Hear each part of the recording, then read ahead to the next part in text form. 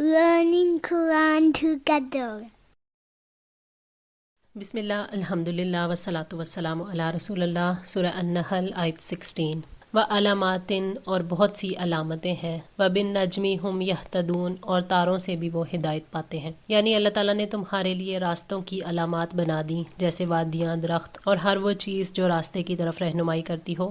زمینی راستے ایک شہر سے دوسرے شہر تک لے جاتے ہیں، اسی طرح پہاڑوں کے درمیان بھی درے ہیں۔ رات کے اندھیروں میں تاروں سے بھی راستے تلاش کرنے کے لیے مدد لی جاتی ہے۔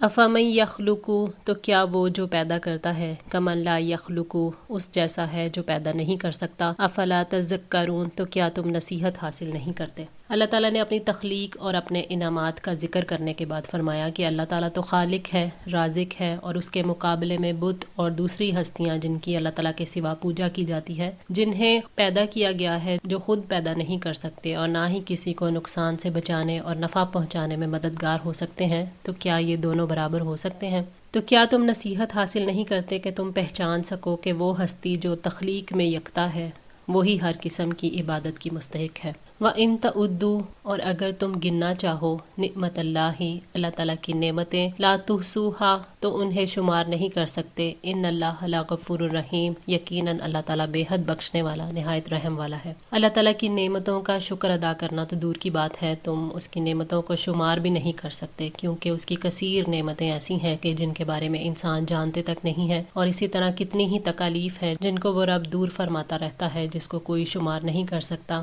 وہ اپنی نعمتوں کا شکر ادا نہ کرنے پر ان نعمتوں کو واپس لے لے یا ناشکری پر سزا دینا چاہے تو وہ دے سکتا ہے، لیکن وہ بہت درگزر کرنے والا ہے۔ معمولی سے شکر کو بھی قبول کر لیتا ہے، اگرچہ اس کے انعامات اور اس کی رحمت اور اس کا کرم لامحدود ہے۔ انسان حق ادا نہیں کر سکتا تو اللہ تعالیٰ تھوڑے کو قبول کرتا ہے، یہ اس کی رحمت ہے، اور کمی پر معاف فرما دیتا ہے، یہ اس کی مغفرت ہے۔ واللہ یعلم ما تسرون، اور اللہ تعالیٰ جانتا ہے جو کچھ تم چھپاتے ہو، وما تعلنون، اور جو بھی تم ظاہر کرتے ہو۔ یعنی وہ جانتا ہے جو تم اپنے دلوں میں چھپاتے ہو اور جو کچھ تم دوسروں سے چھپاتے ہو، اور جو تم اپنی زبانوں سے اور اپنے اعضاء سے ظاہر کرتے ہو۔ اللہ تعالیٰ نے ہر چیز کو گن کر رکھا ہوا ہے، یہاں تک کہ وہ قیامت کے دن اس کی جزا دے گا۔ یہ اللہ تعالیٰ کی قدرت، علم، حکمت اور نعمتوں کے سلسلے میں واضح کیا گیا ہے کہ وہ لوگوں کے ظاہری اور باطنی حالات کو جانتا ہے، اسے معلوم ہے کہ انہیں اپنی زندگی کی ضروریات کے لیے کیا چاہیے، اور جن کی اللہ کے سوا پوجا کی جاتی ہے وہ کچھ نہیں جانتے۔ والذین، اور وہ لوگ، یدعون من دون اللہ، جنہیں وہ اللہ کے سوا پکارتے ہیں، لا یخلقون شیئا، وہ کسی چیز کو پیدا نہیں کر سکتے، وہم یخلقون، اور وہ خود پیدا کیے جاتے ہیں۔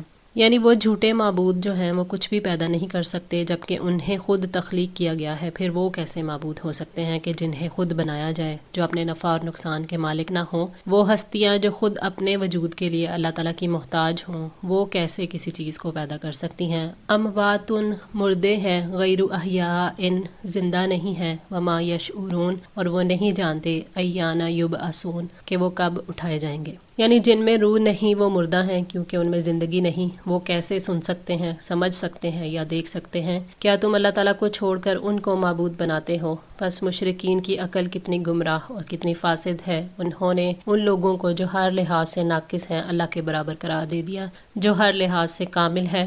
وما یشعرون ایان یبعثون، یعنی وہ نہیں جانتے کہ موت کے بعد دوبارہ کب اٹھایا جائے گا، جیسے عبادت کرنے والے نہیں جانتے کہ ان کے جھوٹے معبود کب اٹھائے جائیں گے، پھر ان کی عبادت کیسے صحیح ہو سکتی ہے جو اس زندگی کے کاموں پر جزا نہیں دے سکتے، نہ جزا کے بارے میں علم رکھتے ہیں، نہ کوئی قدرت، نہ اختیار۔ الہکم الہ واحد، تمہارا معبود ایک ہی معبود ہے۔ فالذین لا یؤمنون بالآخرۃ، چنانچہ جو لوگ آخرت پر ایمان نہیں رکھتے، قلوبہم منکرۃ، ان کے دل ہی انکار کرنے والے ہیں، وہم مستکبرون، اور وہ بہت تکبر کرنے والے ہیں۔ اللہ ایک ہے جو یکتا ہے، بے نیاز ہے، اس نے کسی کو جنم دیا نہ اس کو کسی نے جنم دیا ہے، اور اس کا کوئی ہمسر بھی نہیں۔ تو بس عقل مند اور اہل ایمان نے اللہ تعالیٰ اور اس کی عظمت کو اپنے دلوں میں بسا لیا، لیکن جو لوگ آخرت پر ایمان نہیں رکھتے ان کے دل انکار کرنے والے ہیں۔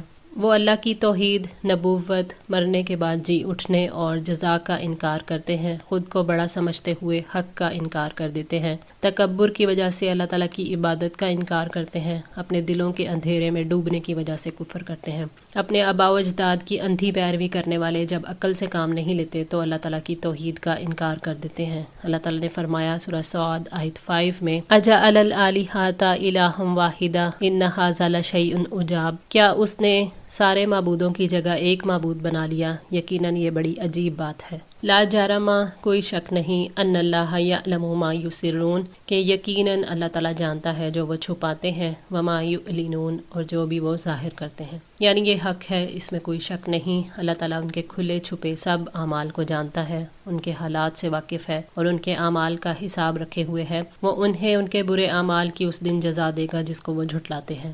انہ لا یحب المستکبرین، بلا شبہ وہ تکبر کرنے والوں کو پسند نہیں کرتا۔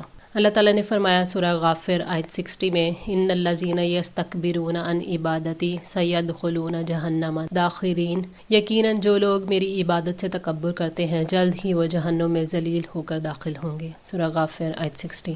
حضرت عبداللہ بن مسعود رضی اللہ تعالیٰ عنہ سے روایت ہے کہ نبی صلی اللہ علیہ وسلم نے فرمایا جس کے دل میں رائی کے دانے کے برابر بھی تکبر ہوگا وہ جنت میں نہیں جائے گا۔ اس پر ایک آدمی نے عرض کیا کہ ایک آدمی چاہتا ہے کہ اس کے کپڑے اچھے ہوں اور اس کی جوتی بھی اچھی ہو، تو آپ نے ارشاد فرمایا اللہ تعالیٰ جمیل ہے اور جمال ہی کو پسند فرماتا ہے، تکبر تو حق کی طرف سے منہ موڑنے اور دوسرے لوگوں کو کمتر سمجھنے کو کہتے ہیں۔ صحیح مسلم 265۔ وَإِذَا قِيلَ لَهُمْ، اور جب ان سے کہا جاتا ہے مَاذَا أَنزَلَ رَبُّكُمْ، کہ تمہارے رب نے کیا کچھ نازل کیا ہے، قَالُوا أَسَاطِرُ الْأَوَّلِينَ، تو کہتے ہیں کہ اگلے لوگوں کی کہانیاں ہیں۔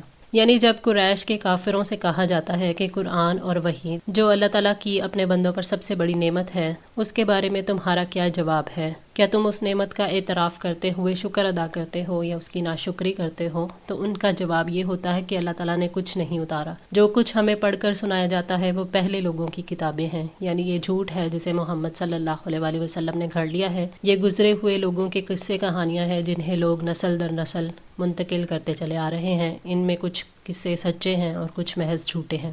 اسی طرح اللہ تعالیٰ نے سورہ الفرقان میں ان کی متضاد بیانیوں کو نقل کیا، وَقَالُوا أَسَاطِرُ الْأَوَّلِينَ اكْتَتَبَهَا فَهِيَ تُمْلَى عَلَيْهِ بُكْرَةً وَأَصِيلًا، انہوں نے کہا کہ یہ پہلے لوگوں کی کہانیاں ہیں جنہیں اس نے لکھوا رکھا ہے، بس وہی اس کو صبح و شام پڑھ کر سنائی جاتی ہیں۔ سورہ الفرقان آیت 5۔ لِيَحْمِلُوا، تاکہ وہ اٹھائیں، أَوْزَارَهُمْ، اپنے بوجھ، کاملاتاً پورے، یوم القیامتی، قیامت کے دن، ومن اوزار الذین، اور کچھ بوجھ ان لوگوں کے بھی، یضلونہم بغیر علم، جنہیں وہ علم کے بغیر ہی گمراہ کرتے ہیں، الا ساء، سن لو بہت ہی برا ہے، ما یزرون، جو بوجھ وہ اٹھا رہے ہیں، یعنی ان کی تقدیر میں یہی ہے کہ وہ قیامت کے دن اپنے اور ان لوگوں کے جن کو انہوں نے گمراہ کیا سب کے بوجھ اٹھائیں گے، ان کی ذاتی غلطیاں اور غیروں کو گمراہ کرنے کی غلطیاں سب قیامت کے دن ان کے گلے میں ڈال دی جائیں گی۔ ابن کثیر۔ حضرت جریر بن عبداللہ رضی اللہ تعالیٰ عنہ بیان کرتے ہیں کہ نبی صلی اللہ علیہ وسلم نے فرمایا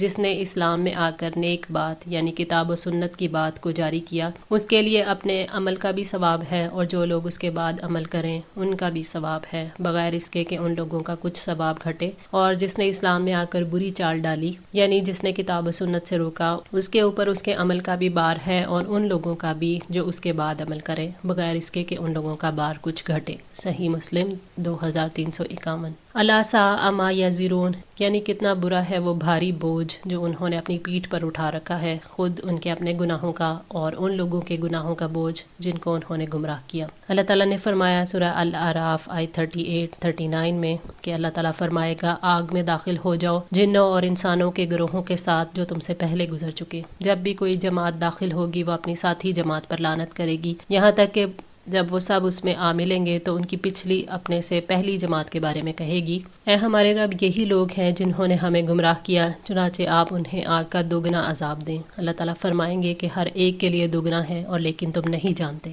اور ان کی پہلی جماعت اپنی پچھلی کے لیے کہے گی، پھر تمہیں بھی ہم پر کوئی فضیلت حاصل نہیں تھی تو تم بھی عذاب کا مزہ چکھو اس کے بدلے میں جو تم کماتے تھے۔ آج کے لیے اتنا ہی۔ دعا ہے اللہ تعالیٰ ہماری اس کوشش کو قبول فرمائیں، ہماری غلطیوں کوتاہیوں کو معاف فرما کر ہماری اصلاح فرمائیں۔ جزاکم اللہ خیر، والسلام علیکم ورحمۃ اللہ وبرکاتہ۔